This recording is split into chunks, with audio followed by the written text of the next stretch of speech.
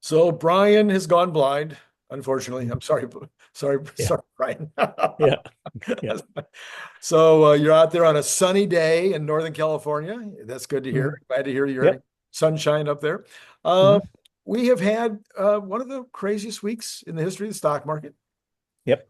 You and I both actually got a lot of calls right. It's pretty weird that in a crazy week like this, that this is the time we're getting it right, not on the normal weeks. Yeah. But what do you think, based on technicals, which is the main reason we have you on here in terms of the Hmm. market? Not that we don't care about what you think about the fundamentals, Brian, but Hmm. in terms of the technicals, what do you think happens next as we go into Monday after having a much less volatile day today? I think we're still in a wide um, range, trending somewhat sideways. It could be slightly sideways up, slightly sideways down, probably slightly sideways down. That for both the overall markets and for Tesla as well. Um, but it's a really wide range, and it could go between as low as that minus 20% for the overall markets, up to you know within 5% or whatever of the all-time highs and Bye-bye. that kind of stuff. Um, and I think I'm expecting more and more deals to be announced of complete um, solving of trade negotiations with different countries. Mhm, mhm. The announcement of a Japan deal, announcement of a Taiwan deal, the Vietnam deal, all that kind of stuff. So country after country will get to a completely solved agreement, so that we can get over the 90 days to having everyone agreed, hopefully with China as well. So now these kinds of deals normally, I was reading an article earlier today that would say these kind of deals normally take like, a year. It's a really good one might take 11 months or something. The response to that was, I think it was even Caroline that said, no, we're going to be doing these in Trump time. Right. So my thought about that would be that maybe some of these will be framework deals that will be agreed to. Hmm. They might have to hang some details on it later, Right. make some adjustments later, but they'll have a framework with Vietnam, Right. framework with South Korea, framework with Taiwan. Is I that agree. is that what you think might happen? Yeah, yeah, but they'll put as many details that they can, squeeze in on it. They got AI. AI can help At them AI, that's get right. That's right. make the deals. Ask Yeah, Grok. Ask Grok. that's Here's that's our right. economy. Here's their economy. What would you do, Grok? Right. Indeed. Okay. All right. So you're thinking, uh, barring any really significant news like, you know, like China uh, embargoing some additional product. The one that I'm concerned with, I don't know about you, and I don't know enough about it. Maybe we need to ask Grok at some point, is pills. I know Mhm. that a bunch of them come out of India, a bunch of them come out of Pakistan, but I didn't know until last week a bunch of them come out of China. I don't Mhm. know which ones, but I certainly don't want to have a shortage of antidepressants. Not me, Mhm. not personally. Yeah. Yeah. That's Right. the last thing I need is an antidepressant, right? Anyway, but but there's a lot of people out there that need antidepressants. There's a lot of people out there that need all kinds of pills. And so I don't Mhm. know which ones, if there's any that are single sourced in China, that they have control over. And I also don't really know. I know that the equipment to make pills, Mhm. not a big deal. It's really, Yeah. these are highly automated. I'm sure they can make them as cheap in the United States as they can make them anywhere. But Mhm. what about the compounding and the source of the raw materials and the supply chain behind that and everything? I don't know how difficult it would be to put together that kind of a supply chain if we had a serious, if we start doing this with China. Yes. I think there's like on the order of 10,000 some different drugs. Thousands are made in India, thousands are made in China, and there's overlap and there's competition between different pills. 'Cause you got a lot of generics and that kind of stuff, right? Right. So, but China is a major source of a lot of different kinds of medicine, and again, it's not in anyone's interest to, prevent the medicine needs to get to people from getting there. It's not in Right. China's interest, it's not in the United States' interest to do that. So I'm not expecting um, major um, problems that way. That they'll if there's some um, life dependent drug, they make an exception to carve out, and then Mm, let that come through and or support it and do something. got it. Got it. Got it. Okay. And then, some people have talked about the rare earths. I did ask Grok about that. Grok gave me a very outstanding result on that. At least I think it was. What do I know? Mhm. It could have been completely wrong, but it looked good. Anyway, and the Grok was suggesting that, as I think we know now, almost every rare earth is available in the United States or in Canada. But Grok suggested even with some of the things that are underway, some of the mines that are started or that are close to starting to produce something, in general, 2 to 5 years. Even Mhm. if you did a kind of a moonshot kind of situation where you're, putting massive amounts of resources behind it, going all the way through the regulations and saying no way, that I think when Mhm. it comes to mining, there's kind of an order. You have to do this before you can do this. And then that takes months to do that thing Right. before you can then make your design or your plan for the mine. Then you can, yeah. Anyway, what do you know? What do you know that besides that, is 2 to 5 years really the minimum? Um, I think minimum you could say we're suspending environmental regulations. We're making this a, crash course Manhattan Project type thing. And then I think you could do things a lot faster. But there is a certain amount of minimum time. I think the minimum time probably would be on the order of a year. Mhm. But there's other um, mines in the process of being developed where they're like three-quarters of the way through and then you Right. accelerate and do stuff. So there's again, you know, if you had an actual war, Mhm. right, Mhm. where things were going on, okay, we have to develop this stuff, Right. right? Then you would say, okay, we're mobilizing this, we're doing that, and we're going to make it happen, right? So in the mobilize, we're going to make it happen mode, things can be a lot faster. A lot of these delays are because of regulation. A lot of reasons why the U.S. hasn't been making them because they allowed a lot of regulations to occur, Right. right? So part of this thing may be that we have to blow away a lot of regulations in order to speed up alternatives, speed up alternatives in the United States, speed up alternatives in other countries, because other places you can get these materials. And like I said, there has been a project underway because everyone knew, okay, we need this alternative. So those things were in motion anyway. So it's Right. not like we're starting from nothing. Right. And then there's also been stockpiling and other things. So the world should not break in the next 90 days, no matter what the disruption from China, because you know there should have been moves taken to handle that disruption, especially after the COVID disruptions Right. of the supply chain, Right. right? Anyone who was saying I'm religiously sticking to just in time inventory is just freaking nuts because they just got wrecked for the last Right. few years with the broken supply chain. Right. So we were talking earlier off camera about the logic between China and the United States in terms of how long this goes on. And that just added another one. It would seem like to the extent that people start making decisions to mine rare earths everywhere else and then process, I guess the other part of it is refining. You have to refine these rare earths also, which also could take a year or two to set up the factories, blah, blah, blah. I think you need Elon Musk to get that. Anyway, but if to the extent that the longer that China holds our feet to the fire on this thing, the more likely we are to say, wow, we need to have a, a view of these strategic items that says, what if there really was war? Yeah. We can't be without them. We would need, apparently the rare earths are, and this is an area again of your expertise.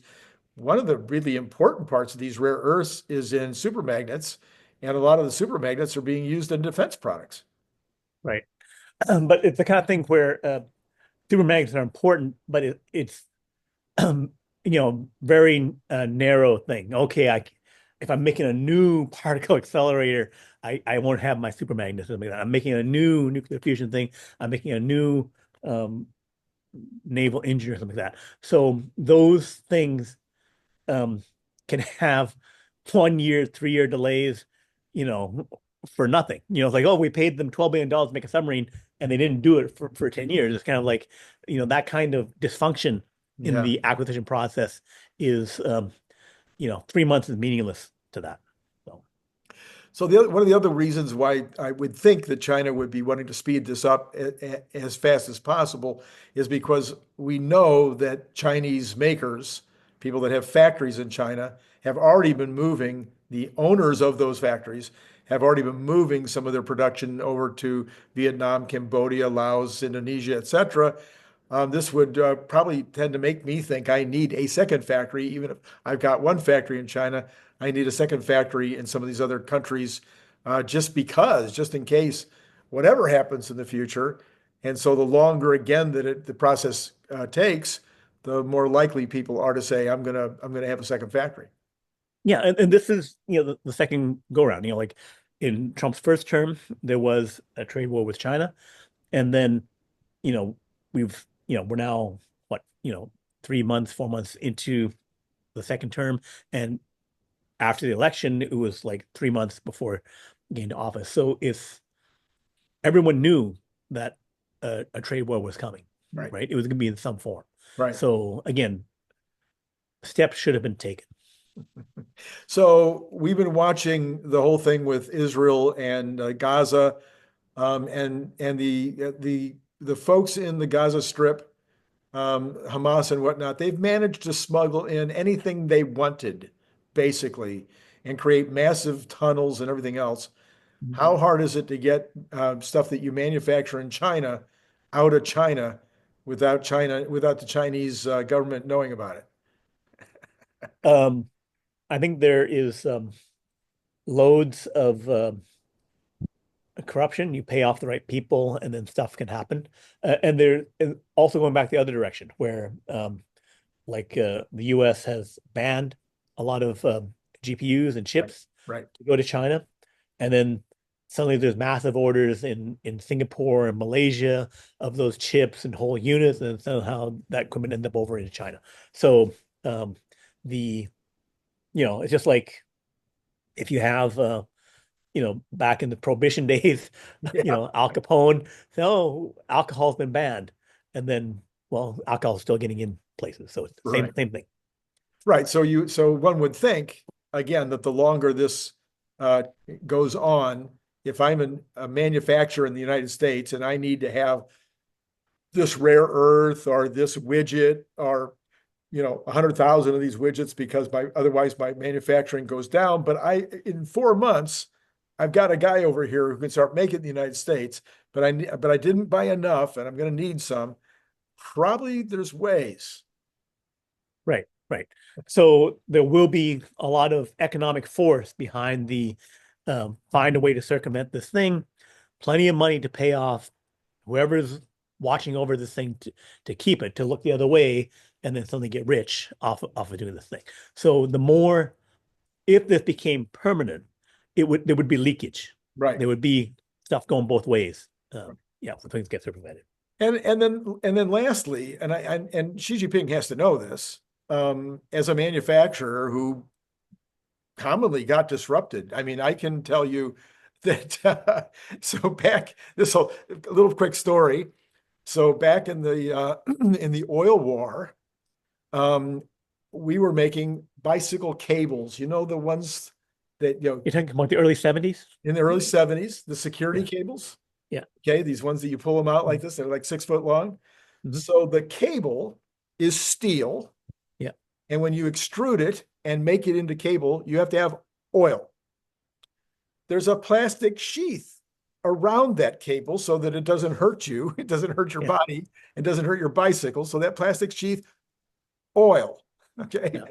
And then it has a grommet, not a grommet, it's called a ferrule. The ferrule that you put the loop on the end so you can put the padlock in it. The ferrule is extruded, so it requires oil. Now, Yep. during this oil embargo, bicycles were a big deal because there wasn't any gas. People are lined up at the gas station, so people are buying bicycles as fast as they can. There's no bicycles in the bike shops. And what's happening? Well, people are stealing bicycles like crazy. So there's a massive demand for these cables. Mm-hmm. Yep. I mean, literally, sometimes I had 3 phones going. Right. I mean, Yeah. literally, I mean, I can remember having 3 phones Yeah. because I'm trying to find the cable, I'm trying to find the plastic, and I'm trying to find an extruder that can put the plastic on the cable. Then I'm trying to find somebody that can clamp the ferrules, and it can extrude the aluminum to make the ferrules. And all of these things, I'm trying to get all of these done because I can make a fortune if I can find all of these different things. Guess what? I was able to do it in the middle of the oil embargo. And so we're talking about steel cable. We're talking about plastic extrusion. We're talking about application of the plastic. We're talking about aluminum. So all these different products in the Yep. middle of this oil crisis. I'm Yep. this little tiny company, less than $1 Yeah. million in sales at that time. And Yep. I'm able to find all the pieces and the parts to solve the problem. Yep. Yep. So I'm thinking, yeah, it might seem hairy right now, but Yep. you get into it, and oh, guess what? There's this guy in Sweden that makes that part. Oh yeah, Yep. it's double the price. What do I care? I got to stay in business. Right. And if anyone that was really important to the economy, like we had the 1 month delay for the car companies to get Right. their preparations done. It was because they're working on all the things that you're talking about, but they said, "Hey, this will really hurt us, hurt the American worker if you don't give us 30 days." And then Trump gave him 30 days. But he said, like you gotta be ready because I'm going to do this showdown. So any important part of the economy has had the discussion. If you're important enough, they would do the delay, they would do some work on it, they carve it out and say, okay, we will let this through because it matters. Because they're controlling all the rules. So they say, okay, this is causing a national crisis. I will say this is permitted.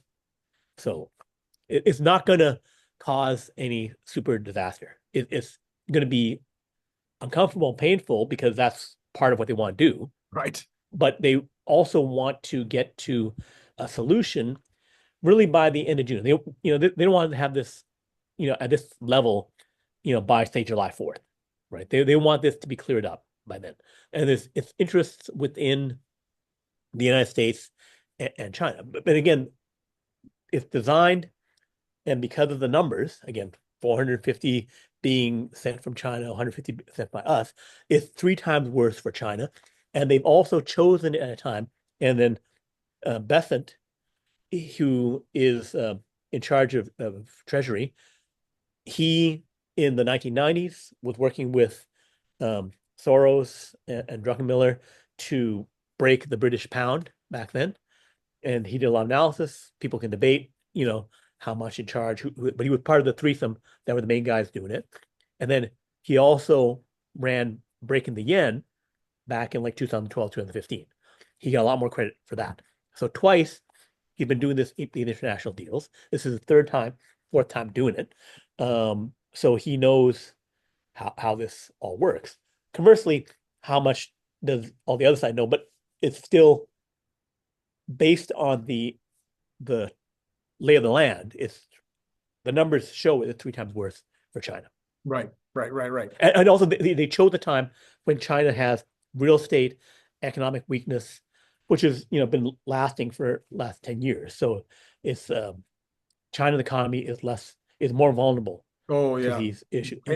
Way more vulnerable. Yeah, of course, the opposite side would say, but the Chinese think in terms of centuries and we think in terms of quarters, and that our press is all over this so you can rile the folks up. you can rile people up in America? No Yeah, kidding. but the whole like thinking decades kind of thing is right now for the next 4 years, they're the more vulnerable. So Yeah. the long-term strategy thing is I solve it now, Yeah. and then in 5 years when I Trump is get you. gone, I do something else, I right? got I got a But new that's president. Yeah. right. But that means right now Yeah. is you have to deal with what's right now. So you don't like say I'm gonna suffer through 4 years of complete chaos, Right. which hurts me more than you. My long-term thing is okay, we do the deal now, Yeah. and then later, then I do something, right? Right. I will take some long-term strategy. But the near-term strategy is let's do a deal. Because it's hurting me more. So there's no whatever the long-term thing is, it's just saying that right now it has to be a done deal. And so that's I don't see any motivation for any side to let this go more than a couple months. All right. You got the earnings call coming up a week from Tuesday.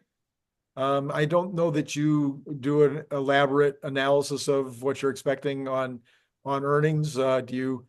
No, you don't go that. Okay. So in general, are you expecting a beat? The range seems to be 35 cents to 50 cents. Way under, of course, the last few quarters. But it's already baked, should already be baked in because Yeah. NASDAQ has got it at 37 and the street has it at 45 or something. So those The Q1 numbers part of it, beat, not beat, is not the important part.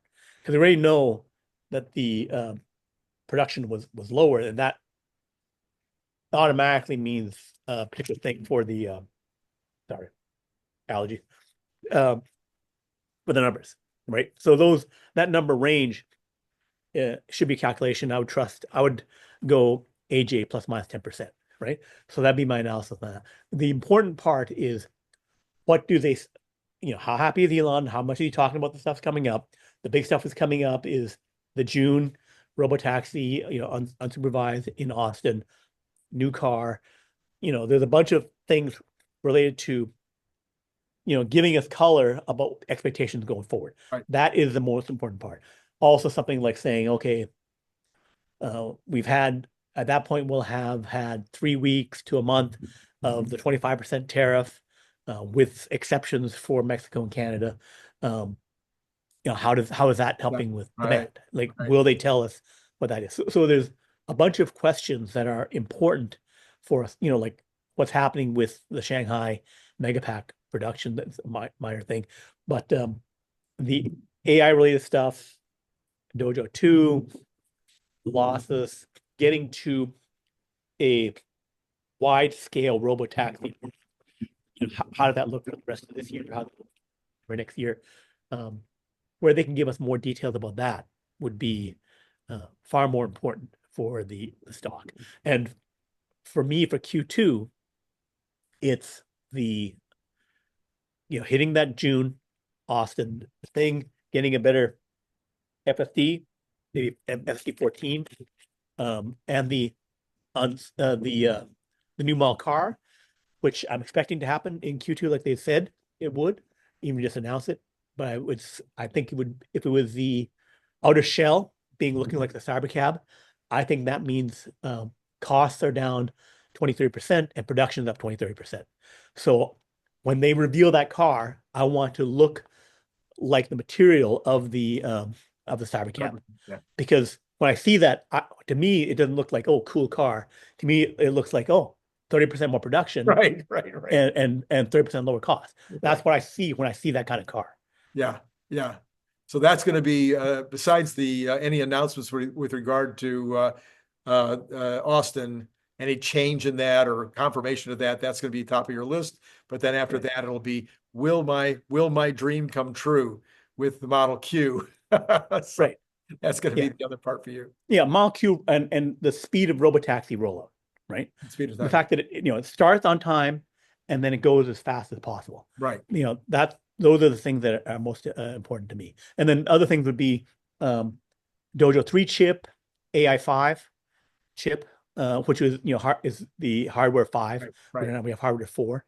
So those are the things that would really move things. If they got Dojo 2 at volume and is, at high level and at 5 at volume, those things would matter a lot for um, definitely all of next year, but even into the second half of the year, it would matter.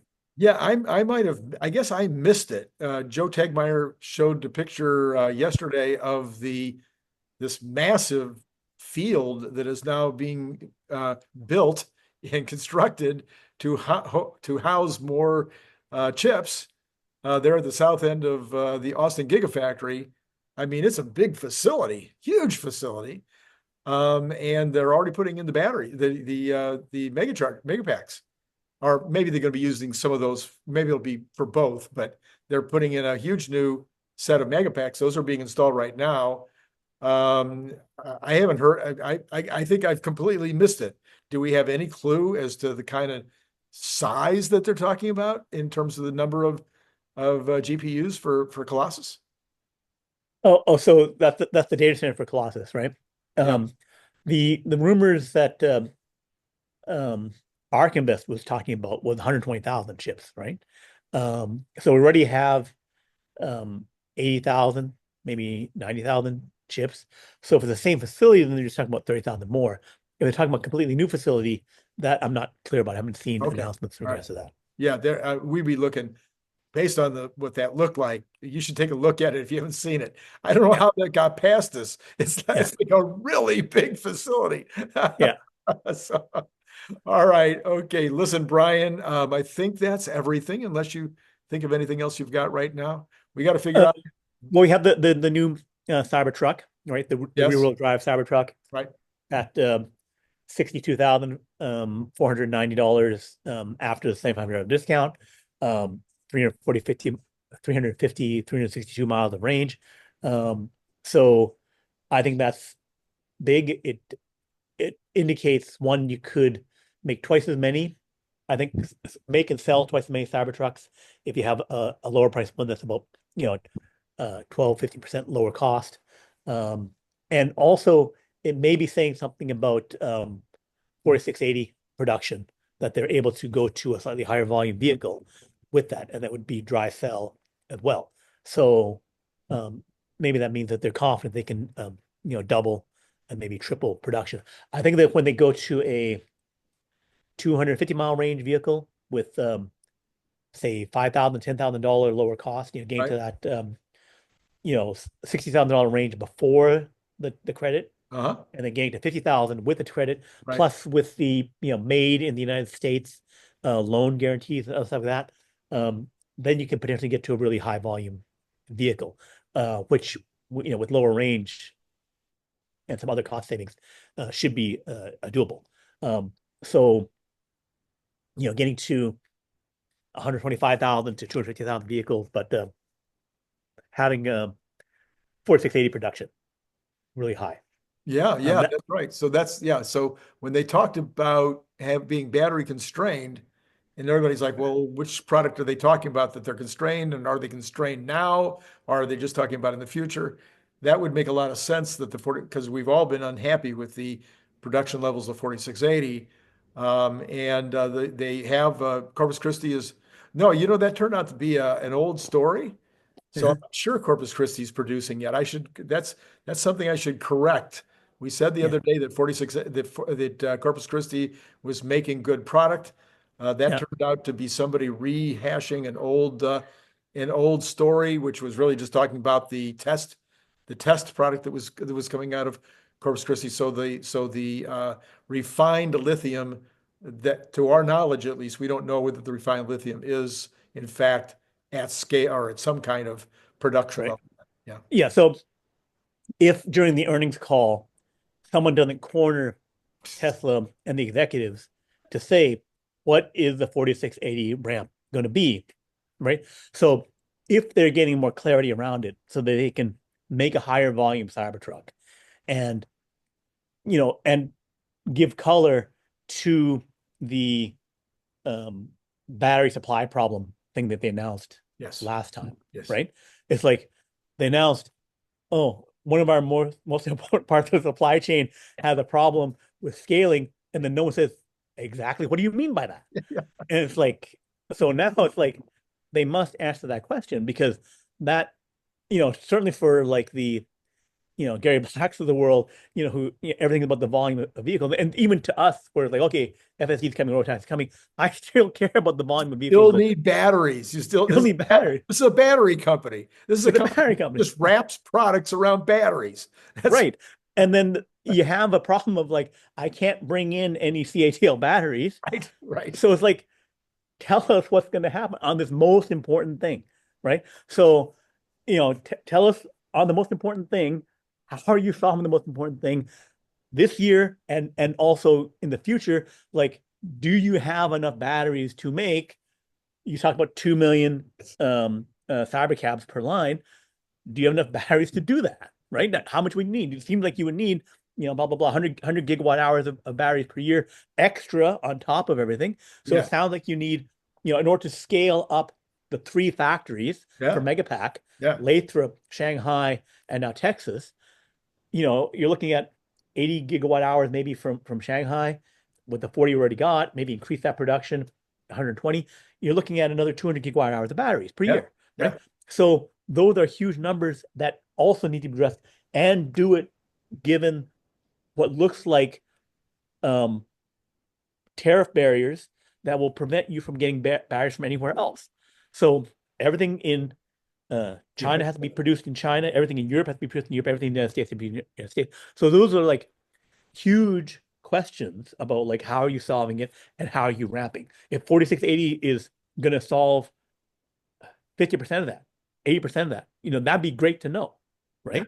yeah, And then also you need to, go to a iron LFP battery, right, which, Jordan 𝐒𝐚𝐬𝐼𝐶, a limiting factor, was talking about. right, So is that part of the solve for next year right, for that? It's right. like, I think it's them being able to say that um, is not something where they need to hold close to their vest Yeah, in terms of like, because, oh, if I say this, my China supplier is going to be pissed off. It's like, your China supplier can't give you anything. What are you talking about? I have to solve in the United States. So tell us to solve in the United States. Like, there's no one else around who's making the stuff. well, So why can't you? besides their China suppliers sold them 40 gigawatt hours worth of production material, so it's not going to be Equipment, yeah, yeah, equipment, yeah, yeah. So it's like there's no reason not to tell us. There's no like right, strategic reason right, not to tell us, right? right. It's like this is important for us to know for our stock investment. We're owners of the company. You know, the most important thing is that is the battery you're gonna stick into your cars. It tells how much we can make. So it's like, you had to tell us, you know, the crisis meeting that you just had before the last call. Right. What's the story? Yeah, So, okay, I'm going to make a prediction. yeah, I'm going to make a prediction that Elon is going to get an interview. He's going to yeah, call one of his buddies that do these interviews. Maybe it'll be all in podcast this time. yeah. He's going to say, "Look, I need to come on and do an interview 2 days before the earnings call so that he can get that out of the way, the whole battery story out of the way before the earnings call, like he did last time." Remember, he did that interview like 2 or 3 days before the earnings call, and he went down like our whole list. It was practically like everything we were wanting to know, and he Yeah, covered it 2 days before the earnings call so that it left enough time on the earnings call to get into the actual financial stuff that is what you're supposed to ask in the earnings call. So that's my right. prediction. 2 days before, 3 days before. I really prefer if he did it with Jordan 𝐒𝐚𝐬𝐶, Oh, that'd be maybe very cool. yeah, maybe with some of the other um, YouTubers, you could get more of the details of that we really want to know. If you Right, talk to someone else who doesn't know the technical business of right, it, right, then we wouldn't get enough detail. We'll get some detail, but right, not right, right, nearly as much as we would get if we had right. someone really knew what was happening. Yeah, that'd be a good idea. Very good idea. All right. Yeah, we Well, can suggest it. here it is. It's live. You Yeah, guys, it's for free, I'm sure. yeah, yeah, 100%. There has to be. Okay. If Tesla doesn't have somebody assigned to every single one of the YouTubers out there, then they're missing something. They're missing right. out. I mean, I think they have to have at least one person assigned to every single one of the YouTubers, because Right. otherwise it'd be stupid not to. Well, we know that many of the Tesla employees are fans of the Right, YouTube sites, right, right. so it should be, you know, someone's ready to watching. Tell us what's going on there. So yeah, it should be part of their process. Okay, so there you go, Elon. You need to do a Gordon Geesagy, and you need to get together. I don't know how Gordon is as a he's Jordan, done an interview that I know of, but maybe it could be a three-way. He can get Farzad yeah, uh, and Gordon Jordan at the Jordan, same time. yep. Okay, well, Brian, we will have you, I think, at least one more time this weekend. I made you promise to talk to me about mini nukes. I don't know if Okay, you're ready, but I want to talk. Actually, I want to broaden that. Maybe we could talk about, because the energy thing right now is going to be the thing. It's right. one of the two or three things, but it's number one probably on the list. Even the president gets it Hmm. and talked about distributed energy at the plant. I Hmm. was shocked, but that means Elon's talking to him about energy. So I want to know how's it going to look? Hmm. Nuclear, solar, wind. Yeah. Anyway, we'll talk about that. That'll be hopefully maybe Sunday morning for those of you who want to keep track. Okay. Anything else? Nope. That's it. That's all you got? All right. Yeah. To all of you out there, by the way, you got to go back and listen to the conversation I just had with Larry Goldberg. We had a ton of fun because, we agreed on everything. Go back and check it out. It's been great talking to you.